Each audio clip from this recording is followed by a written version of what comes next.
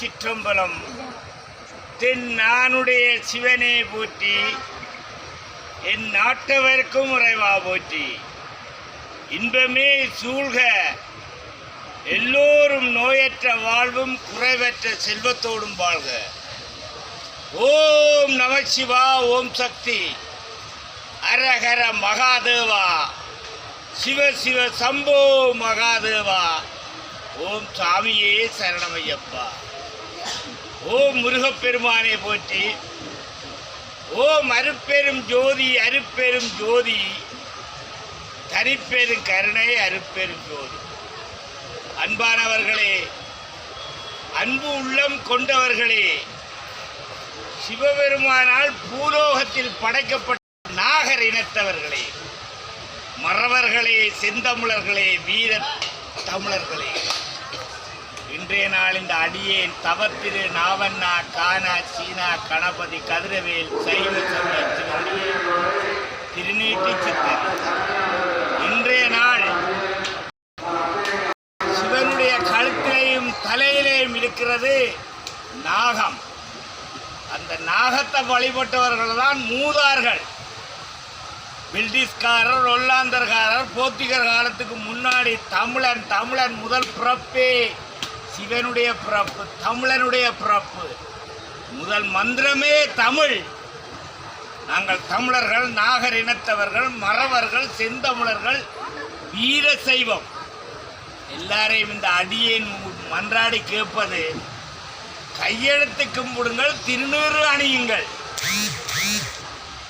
கருவிலேயே ஒரு குழந்தை உருவாகுண்டால் அது எந்த நாட்டவர்களாயிருந்தன, எந்த மதத்தவர்களாயிருந்தன, எந்த இனத்தவர்களாயிருந்தன, முதல் படைப்பே தமிழன். கருவிலேயே வேல் வடிவத்தில் தான் உருவாகிறார்கள். அந்த உருவாகும் போது அந்த குழந்தை கரு அறையில கையெடுத்து கும்பிட்ட வண்ணம் தான் இருக்கும். அதான் தமிழன் வணங்கின மதமும் இனமும் சைவ சமயத்தவர்களும் நாகர் இனத்தவர்களும். இந்த இலங்கை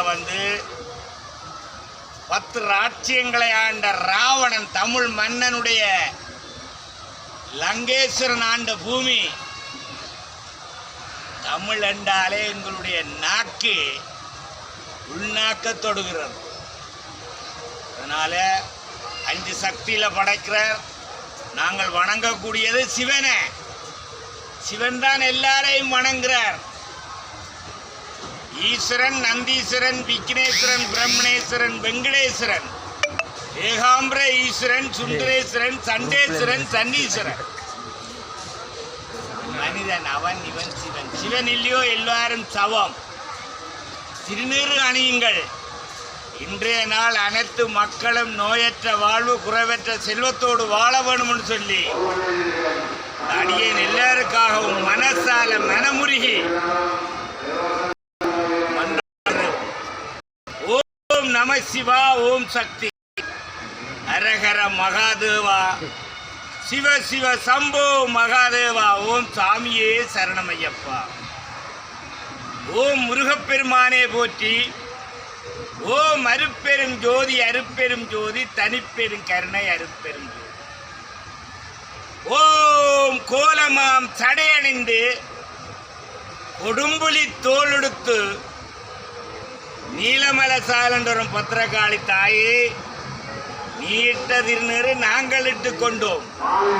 எட்டுத்திக்கும் உங்களுக்காக அருளிக்க வேண்டும். வேறு வேறு மாதித்தினர் உங்களுக்காக நிற்க வேண்டும். பக்கத்தில் புடாரியம் மன்னிக்க வேண்டும். நாகம் போல் சீறி வருபவர்கள் எங்கள் நெற்றியில் திருநீறு கண்டு நாவரண்டு நெஞ்சு வறண்டு நிற்கவே சிவாகும். ஓம் சிவாய். அன்பே சிவம். வாழ்க வளம்.